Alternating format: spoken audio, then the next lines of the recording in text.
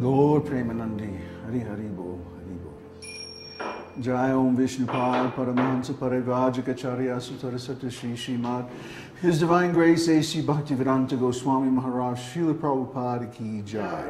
Ananta Koti Vaishnava Vrinda Ki Jai. Namacharya Srila Haridas Thakur Ki Jai. Prem Shagaho Shri Krishna Chaitanya Prabhu Nityananda Shri Advaita Gadadhar Shri Vasari Gaur Bhakti Vrinda Ki Jai.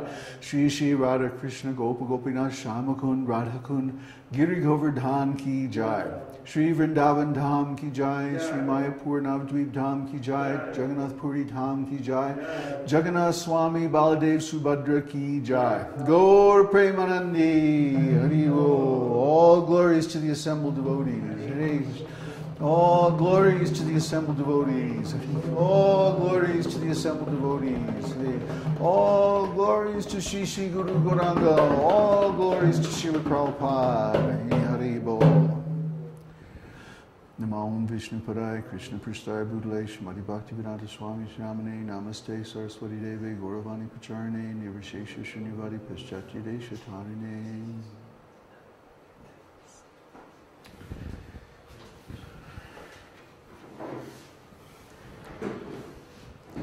Can you zoom in the camera, please?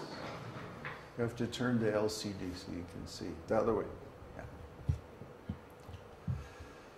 So, welcome to our Sunday Satsang, number 5. How many people?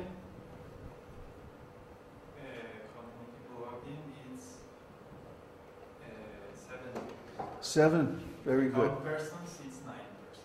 Oh, very good. 2 couples? Nice. The family that prays together stays together. The family that chants together, dances together. So it's very wonderful to have this facility and to have you all here with us today, because I have some very important announcements. But first, we're going to go over Viṣṇusahasranāma. I hope you all listen to the podcasts and that you have some good questions for us today. Okay? Because Uddhava is going to be screening the questions, and he won't let any nonsense questions through. Right, Uddhava? No. No. Uh-oh. Okay. What verse? 12 and 13.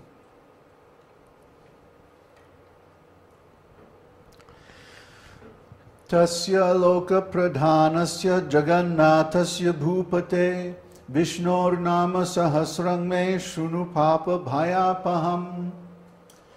Please hear from me the 1,000 holy names of Lord Vishnu, the supreme master and controller of the universe. These holy names of the Lord destroy the fearsome reactions of past sinful deeds. And 13. Yani namani godani vikyathani mahatmanaha rishibhi parigitani tani vakshami bhutaye Om namo bhagavate vasudevaya. Okay. So here Bhishma is winding up the prologue to the 1,000 names. And he says first, please hear from me. Shrinu. Shrinu means not just listen passively, but hear. That means to hear actively in such a way that you understand. Now, to understand, first of all, you have to duplicate what is being said.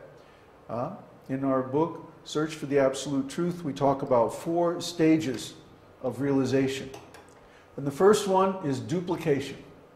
Second one is understanding. The third one is contemplation, and the fourth is realization. So you cannot get to the stage of realization without first duplicating the message of the scriptures, the esoteric teaching, in your own mind. This is very important. We're not meant to just sit passively and listen like watching a TV show or something like that. It's not entertainment. This is work. You have to try to duplicate the message in your own mind and try to understand where this message is coming from. Understanding means that you work through it. You think your way through it step by step in your own mind until you can duplicate the transcendental logic of the teaching itself. Yes, this is a very high standard. But if you want to attain self-realization, then you have to come to this standard. It's not enough to just attend rituals and services and listen to somebody talk, even if they know what they're talking about.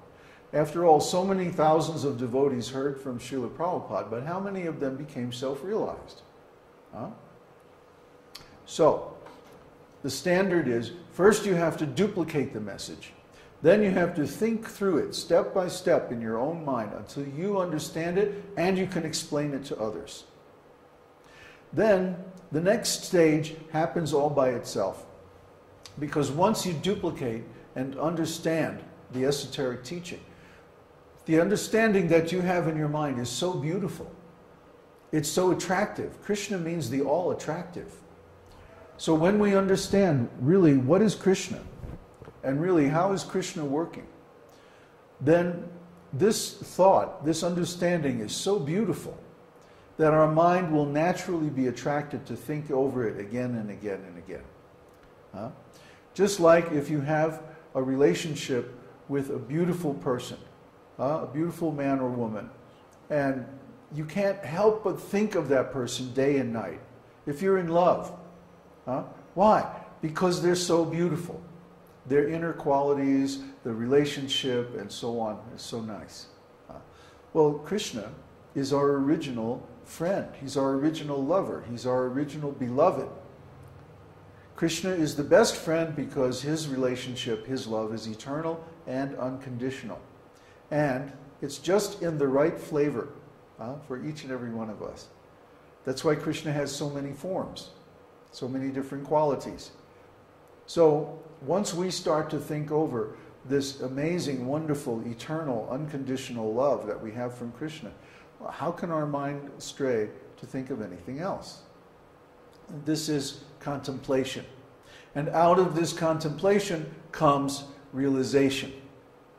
One day Krishna will appear before us. And then he will give us his blessing. He'll accept our service, and from that point we're liberated. But that's just the beginning of actual devotional service.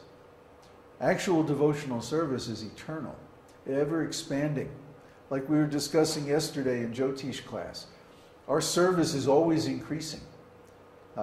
That's the nature of spiritual energy. Spiritual energy is always increasing, always expanding, and always sweeter and sweeter and more ecstatic.